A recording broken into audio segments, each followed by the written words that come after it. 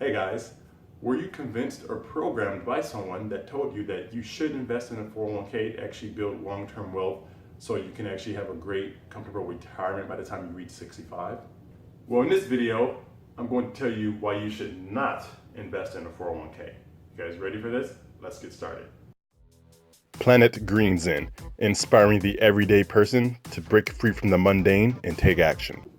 But before we get into that, if you guys have never been to this channel, what I'd love to do is just inspire the world mentally, physically, spiritually, financially, and socially, because I truly believe that if we all on this entire planet had a holistic balance of each one of those areas, we would abolish hunger, famine, slavery, war, have more health, wealth, and freedom together, and be able just to live as one human unit.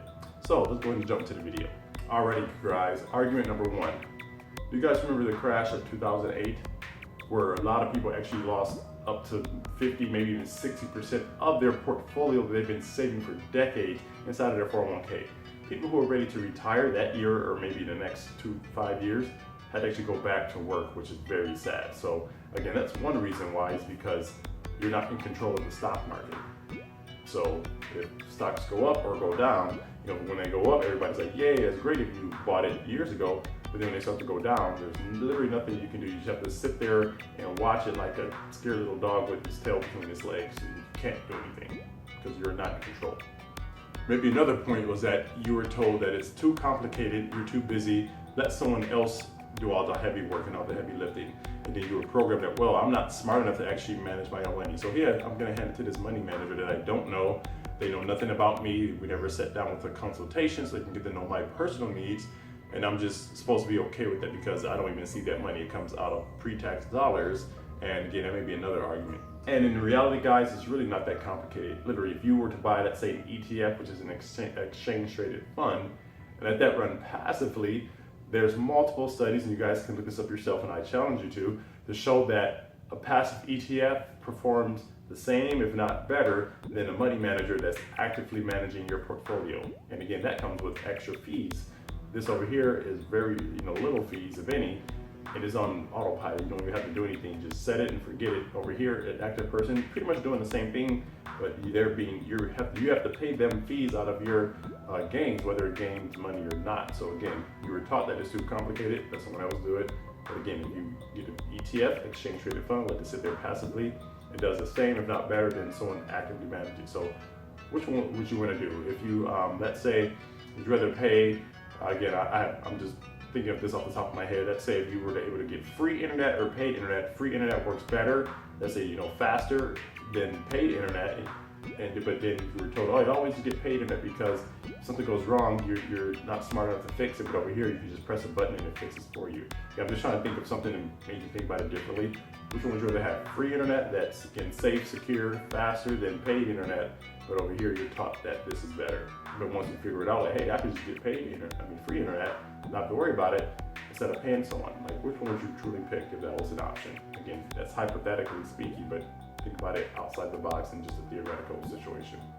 And also to piggyback off of that last one, you're actually not in control of what you can invest in. You have the illusion that you are by being able to pick different funds that's through your provider, these limited funds that you have 4 options. Oh, I just invested in the stock market and I was able to choose what I wanted to. Not really, because those are preset funds that you only have 4 options. So if that's all that you have to be forced to one of those directions. And you cannot invest in tangible assets such as real estate, mortgage notes, tax liens. You cannot do that with a typical 401k because you don't have that type of control. Or if you call them and say, hey, can I invest in this property that I found that they just need X amount, let's say $10,000, I have that in my 401k, can I use that money to invest in a tangible asset? They're going to say no. They're going to give you, hey, well, you can invest in this real estate fund, possibly, but yeah, it's not the same. So think about that. Okay, guys, another argument is once you take your money out, well, let's back up. You cannot take your money out until you're at least age 59 and a half. And if you do, that's called an early distribution, and you're hit with penalties and taxes, state, federal, and then early penalty fee of 10%. So again, you take your money out early, you're hit with all these fees, and it tries to force you to not even think about taking it out as like an early distribution. So you have to wait till you're at least 59 and a half in order to receive it. You still get taxed on it just without a penalty. So again, is it better to take the money out now, pay the taxes now, and then learn how to use those funds to invest in something else? Or is it Why is it a wait till you're at least 59 and a half? You still get taxed on it, but you just don't get an early penalty. So think about that. Alrighty guys, and the last point I want to make is, again, this one is you guys really have to do your due diligence on, but it's the fees and hidden fees. So when you get your statement each month, you can go ahead and scroll down and see where it says, fees, or lets you know what it costs for you to have someone else manage your money, which it doesn't look like it's that much. Maybe it's, I don't know, $20, $30.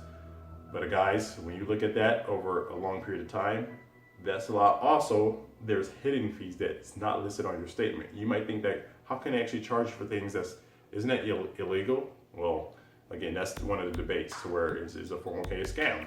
I mean, I'm just putting it out there when you guys should do your own due diligence. But again, there's a lot of hidden fees that you guys don't know about.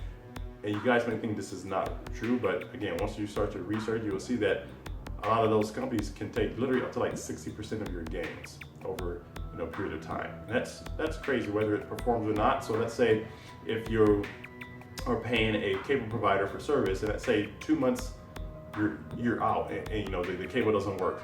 Are you really okay with paying that cable bill for 2 months and not having service?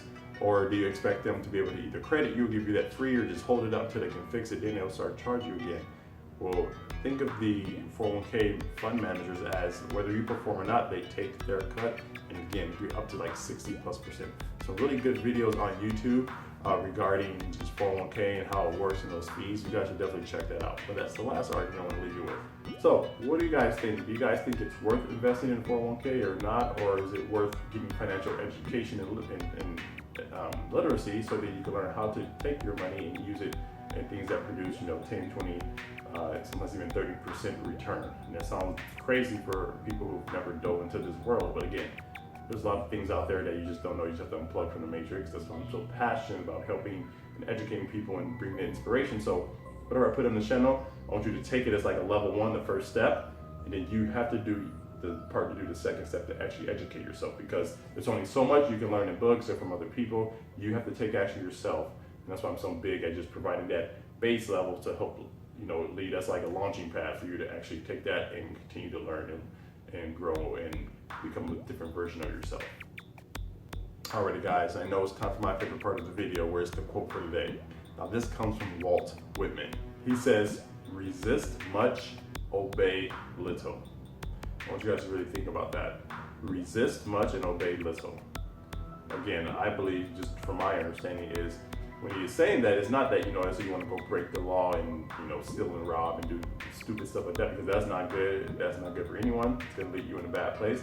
But resist the information we're programmed, that we're given, just from, if you think about it, if you're in that 95% population, a lot of information you're given is just not right and it's false. So you want to resist and then be able to go over here and grow and learn the true education, I should say. So again, resist much, obey little.